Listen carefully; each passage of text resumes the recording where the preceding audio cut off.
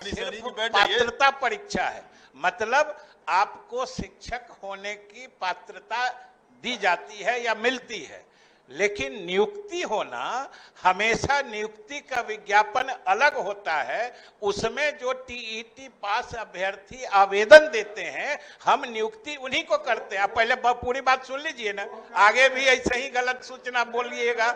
और महोदय, एसटीईटी कोई पास कर गया तो सीधे उसको सरकार नौकरी दे देगी? भाई नेता। नमस्कार, आप देख रहे हैं न्यूज़ फॉर नेशन और मैं हूं सांत्वना आपके साथ। बिहार में शिक्षा एक बेहद बड़ा और अहम मुद्दा है, जिसको लेकर लगातार पक्ष और विपक्ष के बीच विवाद छिड़ता रहता है। ऐसे में बिहार विधानसभा बजट सत्र के दौरान बिहार विधान परिषद के सदन में एक तरफ जहां नेता प्रतिपक्ष सम्राट चौधरी थे, तो वहीं दूसरी तरफ सरकार के पक्ष की तरफ से वित्त मंत्री विजय चौधरी थे, जहां दोनों का शिक्षक बहाली को लेकर विवाद छिड़ गया।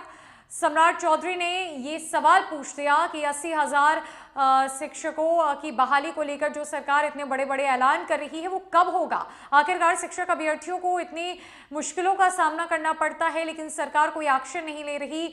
युवाओं के भविष्य के साथ खिलवाड़ हो रहा है। बिहार में रोजगार के नाम पर सरकार लोगों को ठग रही है। तो उस पूरे सवाल का जवाब बिहार सरकार की तरफ से वित्त मंत्री विजय चौधरी ने देते हुए कहा कि शिक्षक पात्रता एग्जाम देने से कोई शिक्षक नहीं बन जाता। अगर आप बीटीईटी, सीटीईटी या एसटीईटी परीक्षा देते हैं तो आप शिक्षक बनने के योग्य हैं, लेकिन आप शिक्षक नहीं है। ऐसे में बहाली का ऐलान हमने किया है और इस पर लगातार हमारी प्रक्रिया जारी है। नियुक्ति की एक प्रक्रिया होती है जो कि सिलसिलेवार तरीके से चलती है। ऐसे में आप किसी को भी तुरंत बहाल नहीं कर सकते। इसकी एक प्रक्रिया होती है जिसके तहत सरकार काम कर रही है और सरकार खुद शिक्षा के क्षेत्र को लेकर बेहद सजग है और लगातार इस क्षेत्र में अग्रसर होकर सरकार की तरफ से योजनाएं लाई जा रही है।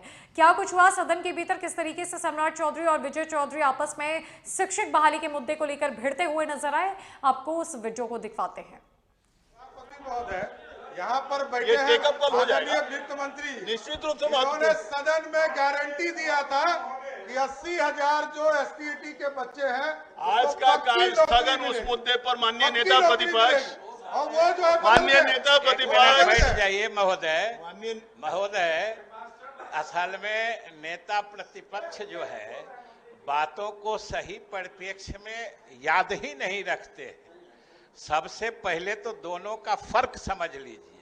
सभी सदस्यों को समझना चाहिए, सदन को समझना चाहिए कि एसटीईटी, सीटीईटी, बीटीईटी ये सब सिर्फ पात्रता परीक्षा है, मतलब आपको शिक्षक होने की पात्रता दी जाती है या मिलती है, लेकिन नियुक्ति होना, हमेशा नियुक्ति का विज्ञापन अलग होता है। उसमें जो टीईटी पास अभ्यर्थी आवेदन देते हैं, हम नियुक्ति उन्हीं को करते हैं। आप पहले पूरी बात सुन लीजिए ना, आगे भी ऐसे ही गलत सूचना बोलिएगा। और महोदय, एसटीईटी कोई पास कर गया तो सीधे उसको सरकार नौकरी दे देगी? भाई नेता प्रतिपक्ष कैसे समझते हैं? दूसरी बात महोदय कि एसटीईटी कोई पास है और अगर शिक्षक भर्ती के लिए कोई विज्ञापन निकलता है, उसमें वो आवेदन ही नहीं देता है, तो उसकी नियुक्ति पर विचार भी कैसे हो सकता है? इसलिए एसटीईटी सिर्फ पात्रता देता है, वो नियुक्ति नहीं करता है। ये तो ऐसी सरकार रही है सर, डिग्री लाओ नौकरी पाओ, ये कहने वाली सरकार रही है। क्या बात कर रहे हैं? इनको याद ही नहीं है। याद चलिए ये देखिए माननीय ये कहते थे, क्या बात कर रहे हैं? माननीय आज तो कम से कम एसटीईटी और सीईटी की परीक्षा हो रही है, क्वालिटी आ रहा है। आप क्वांटिटी पहले भर दिए हैं।